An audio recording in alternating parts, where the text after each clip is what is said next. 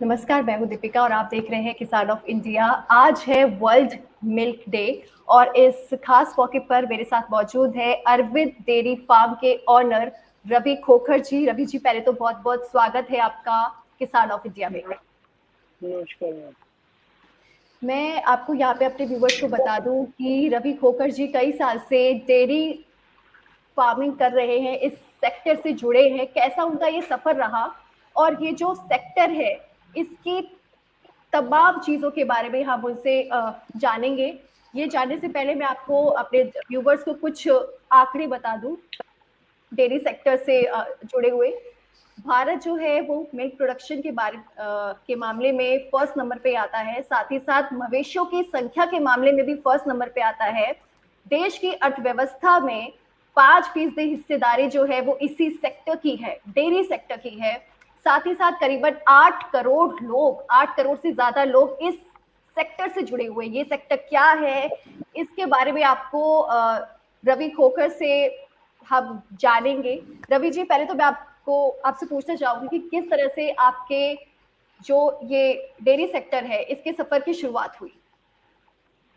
Ma'am, सबसे पहले हमने जैसे गांव में पापा और पहले रखते थे एनिमल। जी जब जब हम शुरू में छोटे थे तो पापा और एनिमल रखते थे, तो फिर धीरे धीरे करके भाई ने सोचा कि भाई जब एनिमल रखने ही है तो क्यों ना अच्छी नस्ल के एनिमल रखे जाए। जी तो हम शुरू में 2 एनिमल परचेज करके लेके आए थे, जी जिन्होंने हमारे पास 30-35 लीटर मिल्क निकाला हम्म 2009 में। जी तो हमने सोचा कि भी आने वाले टाइम में कि भी ये काम वैसे करना भी है और अच्छा भी है। तो इस हिसाब से हमने 2012 में अपने खेत में, गांव के पास खेत में फार्म स्टार्ट किया। अच्छा हाँ, तो हमने यहाँ पे 30 एनिमल से स्टार्टिंग किया था। जी जो हमने फार्म स्टार्ट किया, मैंने 1 एकड़ में अपना फार्म बनाया हुआ है, जी जिसमें जिसमें एनिमल ओपन रहते हैं। जी जहाँ पे एनिमल के गले में हम रस्सी बिल्कुल डालते नहीं है। जिस एनिमल का अगर ट्रीटमेंट करना हो तो रस्सी डलेगी, वरना रस्सी नहीं डलती। हम्म रस्सी नहीं डलती। और साथ साथ फील्ड में, जैसे मार्केट में हमने अपना दूध की सप्लाई और भी काम साथ में चलता रहा इसके साथ साथ। जी हाँ जी। और धीरे धीरे करके हमने 30 एनिमल से 100 एनिमल पर हम अपना फार्म को लेके जा चुके हैं। जी जी और हमारे हमारे फार्म पे 2015 में हमने एनडीआरआई में मिल्क चैंपियन बना हमारा फार्म, जी जी जी जिसने 51 किलो 260 ग्राम मिल्क निकाला। जी हाँ, जो ऑल इंडिया चैंपियन जिसे हम बोलते हैं, वो एनिमल बना हमारा। जी रवि जी, मैं यहाँ पे जानना चाहूंगी कि अभी आपके जो फार्म है उसमें कौन सी जो ब्रीड है वो है। हमारे फार्म पे एचएफ बोस्टन फ्रीजन ब्रीड फार्म पे है। अच्छा, हाँ जी, जिसे ऐसे हम आप अपनी देसी भाषा में अमेरिकन गाय बोलते हैं। जी जी, तो आपने स्पेशली जो ये गाय का जो चुनाव है, ये ब्रीड का जो चूज किया, वो क्यों किया। क्योंकि मैम क्योंकि इस जो ये नस्ल होती है, इसमें मिल्क कैपेसिटी ज़्यादा है। जी और बिजनेस को लेकर ये चीज़ बहुत बढ़िया है कि भी मार्केट को दूध, और दूसरा अफ्लाटॉक्सिन फ्री दूध पिलाना, हम्म ये मार्केट के लिए बहुत ज़रूरी है कि भी वो। और दूसरा है कि भी मैंने अपना जैसे हर्ड टेस्टिंग करवाया हुआ है। जो मेरे हर्ड अच्छा में जैसे जो मिल्क है वो भी A2 मिल्क है, जो इस पे आज के डेट में हरियाणा गवर्नमेंट हमारी जिस पे बहुत जोर से काम कर रही है। जी। ऐसे जैसे अभी यहाँ पे आपने जिक्र किया A2 मिल्क का। तो कुछ लोगों की ऐसी मतलब ये भी बातें निकल के सामने आती है कि जो A2 क्वालिटी का जो मिल्क होता है वो सिर्फ जो देसी गाय है उनका होता है। जी। तो ये जो भ्रांति है उसको आपने किस तरह से आपने तोड़ा? मैं क्योंकि देखो ये जो हमारे हमने जैसे एचएफ नस्ल जो हमने रखी हुई है, जी। इसे हम फॉरेन से तो लेके नहीं आए। हम्म। फॉरेन से तो ये सीधा पोर्ट होके आई नहीं है कि भाई हमारे पास फॉरेन से ही आ गई। हमने यही देसी एनिमल के अंदर ही इनका बच्चा लिया इनसे। हम्म। और जब क्योंकि उनके साथ उनका ब्लड मिला हुआ है, तो वो ब्लड में आएगा ही आएगा। जी। हाँ जी। तो उस तरह ही फिर इनमें भी जैसे मैं हमारे यहाँ करनाल में एमपीजीआर है। हम्म। मैंने उससे अपना फार्म टेस्टेड करवाया हुआ है मेरा। उसमें उन्होंने मुझे विद पेपर दिया हुआ है कि भाई आपकी गाय में A2 मिल्क है। ओके। मेरे पास प्रूफ उस चीज का मेरे पास प्रूफ है। जी। हाँ जी। एंड सर अभी आपने मुझे बताया कि आपने अपने भाई अ, के साथ इस पूरे अरविंद डेयरी फार्म की नींव रखी। तो शुरुआत पे आपका जो पूरा का पूरा जो इंफ्रास्ट्रक्चर है उसको खड़ा करने में जो लागत आई वो कितनी आपको लगी? मैम जिस टाइम हमने फार शेड जो फार्म की बाउंड्री और जो हमने एनिमल परचेज किए थे, वो हमारे 70 के करीब लगे थे मैम, 70 लाख के करीब। अच्छा, हाँ 70 जी। लाख के आसपास। हाँ जी ma'am. Okay, okay, okay. And sir एक और चीज़ होती है कि जो पशु आहार है, वो कितना इम्पोर्टेंट है और आप जो मवेशियों को देते हैं पशु आहार, वो क्या-क्या आप देते हैं? और उसमें जो हरे चारे की भूमिका है, वो कितनी इम्पोर्टेंट है? मैम जैसे हरे चारे की इम्पोर्टेंट बहुत है, पर हम होता क्या है कि भी जिस टाइम पे बरसात हो जाती है, जी। तो हम हरा चारा उत्पादन नहीं, खेतों में उत्पादन नहीं होता, बहुत कम हो जाता है। जी। तो उसके लिए हम साइलेज तैयार करते हैं जी। एनिमल के लिए। और हुँ। साइलेज आज की डेट में फार्म के लिए बहुत इम्पोर्टेंट चीज है। हुँ। क्योंकि जिसके बिना साइलेज के आप फार्म को चलाना बहुत मुश्किल है आज की डेट में। हुँ। क्योंकि आज की डेट में रॉ मटेरियल और जैसे तूड़ी उस चीज की महंगाई भी हो चुकी है, जी। जो हमारी आज की डेट में है। तो उसको बचाने, क्योंकि साइलेज हमारा आज की डेट में 3 रुपए तैयार हो रहा है, हुँ। और इससे सस्ता तो कुछ भी नहीं मिलेगा मार्केट में। जी। हाँ जी। तो साइलेज बहुत जरूरी है। दूसरा है कि भी अपना राशनिंग के ऊपर जो हमारा फीड हो गया, अपना मिनरल हो गए, वो भी एनिमल के लिए बहुत इम्पोर्टेंट है। हुँ। आप अपने एनिमल को ये लगा लो कि भी अच्छी से अच्छी क्वालिटी का जो फीड होता है हमें वो देना चाहिए अपने एनिमल को। जी। क्योंकि वो दूध जो एनिमल से दूध निकलेगा पीना, सबसे पहले यही सोचो कि भी पीना तो हमें खुद को है, हुँ। तो उसके बाद ही मार्केट में जाएगा। हुँ। तो अगर हम अपने एनिमल को अच्छा फीड, अच्छा हरा चारा, अच्छा साइलेज, अच्छा कूड़ा, हर एक चीज अच्छे तरीके से देंगे, तभी जाके बैलेंस डाइट अगर हम अपने एनिमल को दे रहे हैं, तो तभी जाके एनिमल स्वस्थ भी रहेगा और हमें अच्छा दूध भी देगा। ओके। एंड सर अगर मैं पूछूं कि आपके फार्म से रोजाना का जो मिल्क प्रोडक्शन है वो कितना हो जाता है और इसका जो मार्केट है वो कहाँ कहाँ आपका अवेलेबल है? मैम मेरे फार्म पे आज की डेट में 7.5 क्विंटल दूध है। ओके। 750 किलो दूध है मेरे पास। और इसमें कुछ मेरा, जैसे मेरे नजदीक शहर है पड़ता है करनाल, जी। तो कुछ मेरी अपनी करनाल में रिटेल है। हम्म।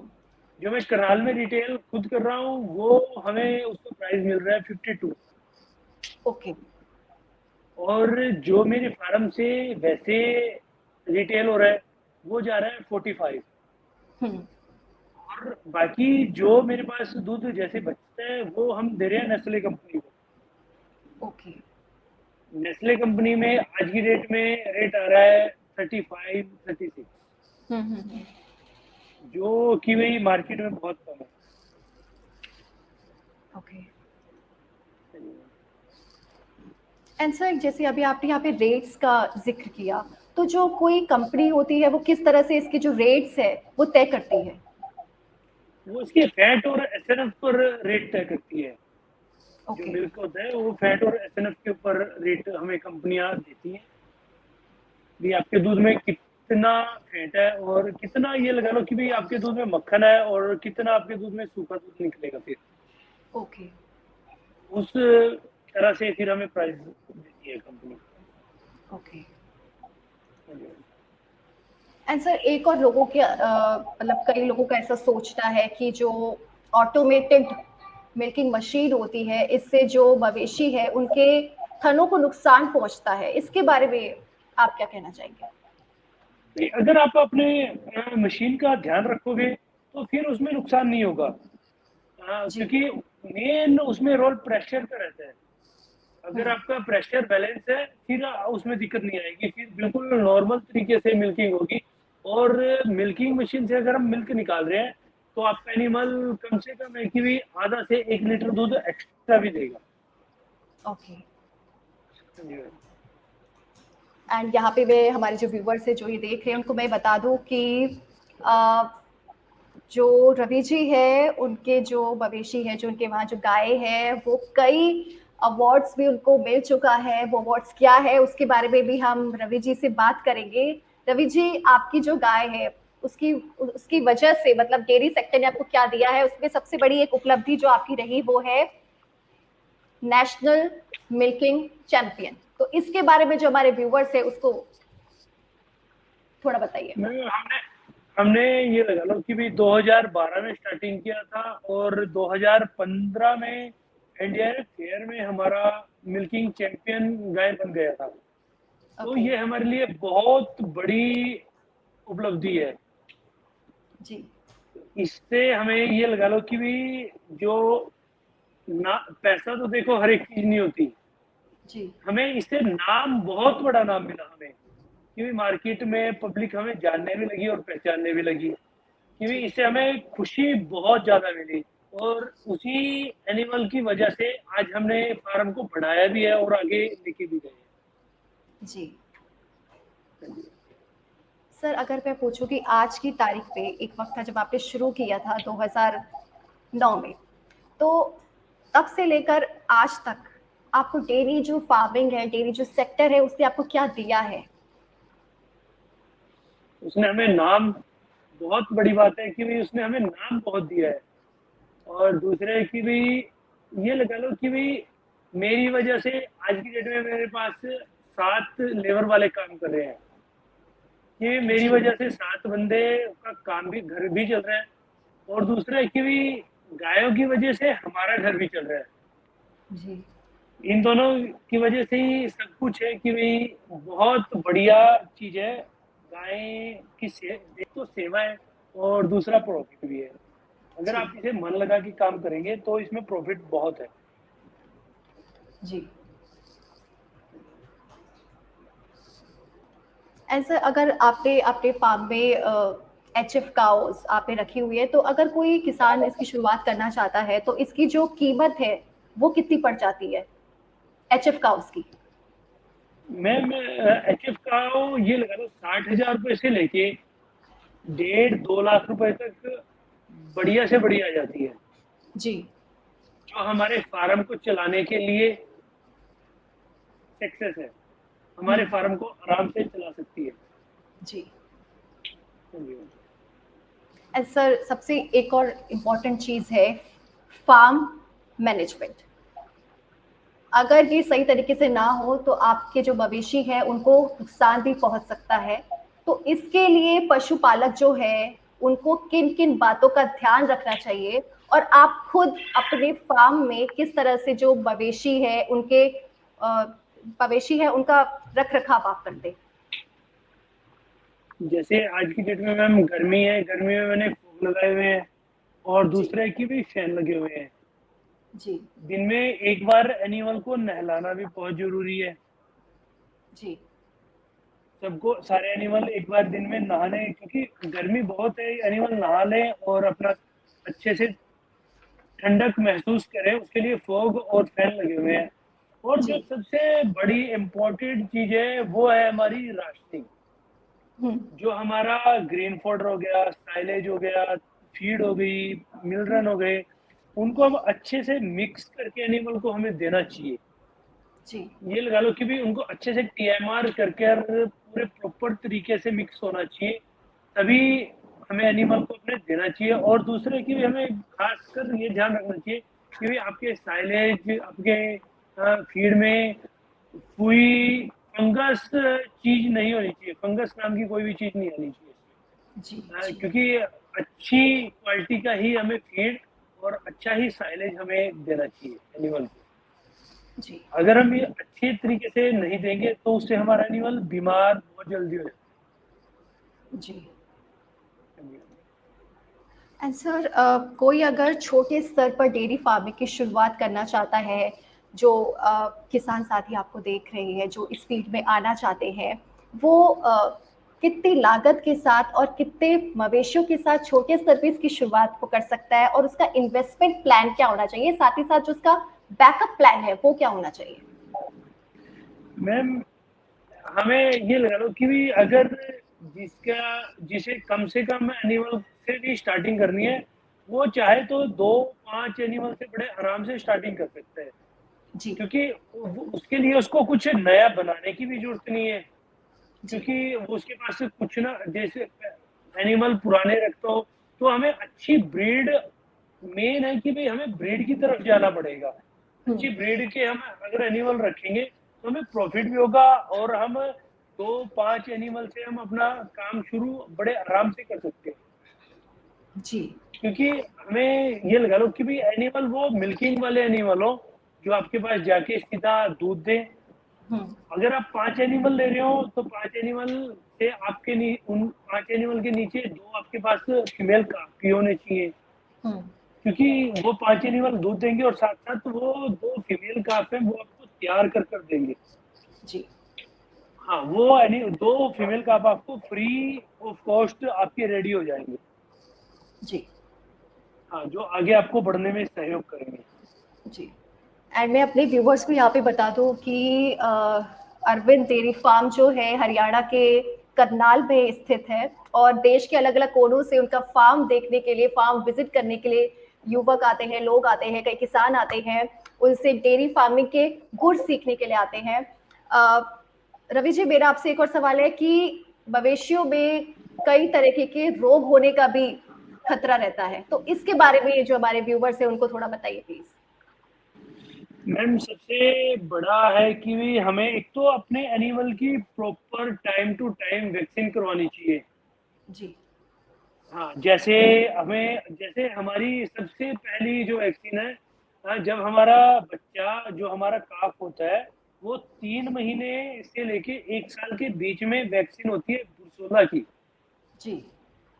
वो आज की डेट में बहुत इम्पोर्टेंट है फार्मिंग के लिए। जी। और दूसरा है कि भी हमें थलेरिया की वैक्सीन करनी चाहिए, एफएमडी की वैक्सीन करनी चाहिए। जी। ये दोनों वैक्सीन भी फार्म के लिए बहुत इम्पोर्टेंट है, जो हमें बहुत ज़रूरी करनी चाहिए। अपने काफ की भी, अपने पूरे हर्ड की वैक्सीन होनी चाहिए। जो जी। ब्रुसेलोला की वैक्सीन है, वो होती है सिर्फ़ पूरी लाइफ में एक बार होती है काफ की, 3 महीने से 1 साल के अंदर आप अपने एनिमल की कभी भी करवा सकते हो। जी।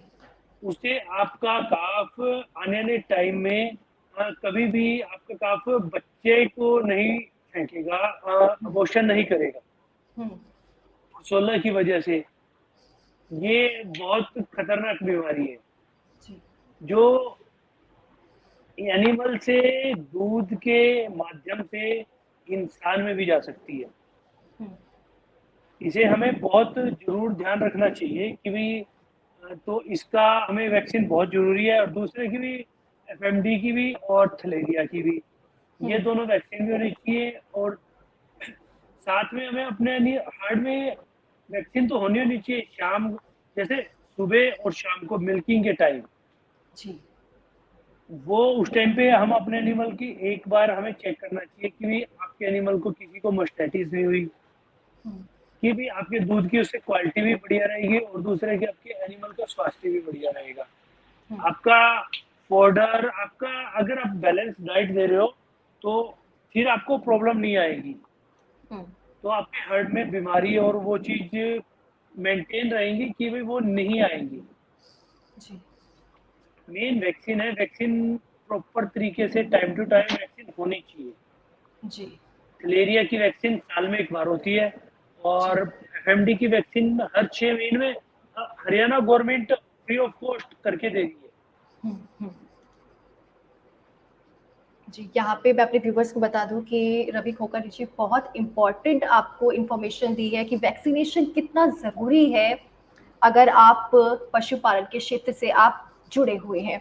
रवि जी, मेरा आपसे एक और सवाल है कि डेयरी सेक्टर और आगे बढ़े, इसको लेकर और कौन-कौन से जो स्टेप्स हैं, वो उठाने की ज़रूरत है, जिससे पशुपालकों को और लाभ हो?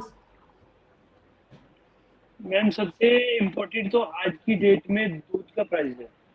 जी, अगर हमारा दूध का प्राइस उठेगा क्योंकि देखो हर एक चीज़ आज की डेट में रॉ मटेरियल, चूड़ा, ग्रीन पाउडर, साइलेज हर एक चीज़ की भी कॉस्ट देखें तो मार्केट में 3 गुना बढ़ चुकी है पहले के जी, मुकाबले। जी, और दूध हमारा आज भी वही के वही रेट है।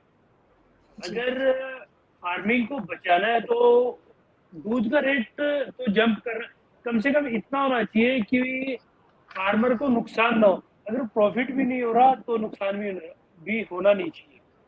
कि जी। दूध का मेन है कि भाई दूध का प्राइस और अपने एनिमल की सेहत का ध्यान। ये हुँ, 2 चीज़ें हैं कि भाई फार्मर को ध्यान रखनी पड़ेगी। अगर जी, कंपनियाँ दूध का रेट नहीं बढ़ा रही तो आप अपनी लोकल जो है मार्केटिंग करो, खुद करो जी, कि भाई मार्केट से अपना प्राइस खुद लो आप। अच्छा जी। मेन है कि भाई आप अच्छा दूध पिलाओगे तो प्राइस मार्केट में मिलता है। राइट देने हुँ, वाली पब्लिक बैठी है। जी। बहुत-बहुत शुक्रिया। मेरा बस रवि जी एक आखिरी सवाल आपसे, जो युवा इस क्षेत्र में आना चाहते हैं, उनके लिए आपकी क्या सलाह होगी? सलाह मैम यही है कि ये काम बहुत बढ़िया है। जी, ये काम बहुत बढ़िया प्रॉफिट का भी काम है। सिर्फ इसमें यही है कि भाई जो भी इसमें आना चाहता है वो इस फील्ड में तभी आए जब वो खुद सबसे पहले लेबर के भरोसे ना करे, खुद ये सोच सके कि भाई मैं खुद भी काम कर सकता हूँ। तो उस मेहनत करने वाले के लिए इस फील्ड में कोई कमी नहीं है। इसमें जी, प्रॉफिट भी बहुत है और नाम भी बहुत है, क्या नाम पैसा भी है, सब कुछ मिलेगा, अगर हुँ, आप ईमानदारी से अपना काम करोगे। जी।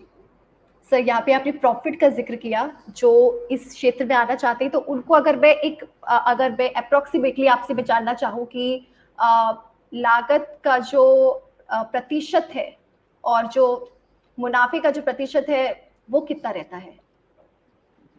मैम इसमें हमारा रहता है जो भी जैसे हमारे एनिमल है, जो जैसे मिल्किंग वाला हमारा एनिमल है, अगर वो आज की डेट में 25 लीटर दूध दे रहा है, तो हुँ, वो आधा प्रॉफ़िट अपने ऊपर लगवाएगा और हुँ, आधा प्रॉफ़िट फार्मर को बचा के देता है। उस अच्छा, आधे में से आधा हमें जो हमारे एनिमल ड्राई हैं हुँ, और जो हमारे काफ है, हमें आधा उसमें से ये लगा लो कि भई हमें चौथा हिस्सा दूध का एनिमल बचा के देता है। जी, हाँ जी, मैम। जी। बहुत-बहुत शुक्रिया रवि जी, इतनी सारी धन्यवाद मैम। इन्फॉर्मेशन हमारे साथ शेयर करने के लिए। Thank you so much. धन्यवाद मैम।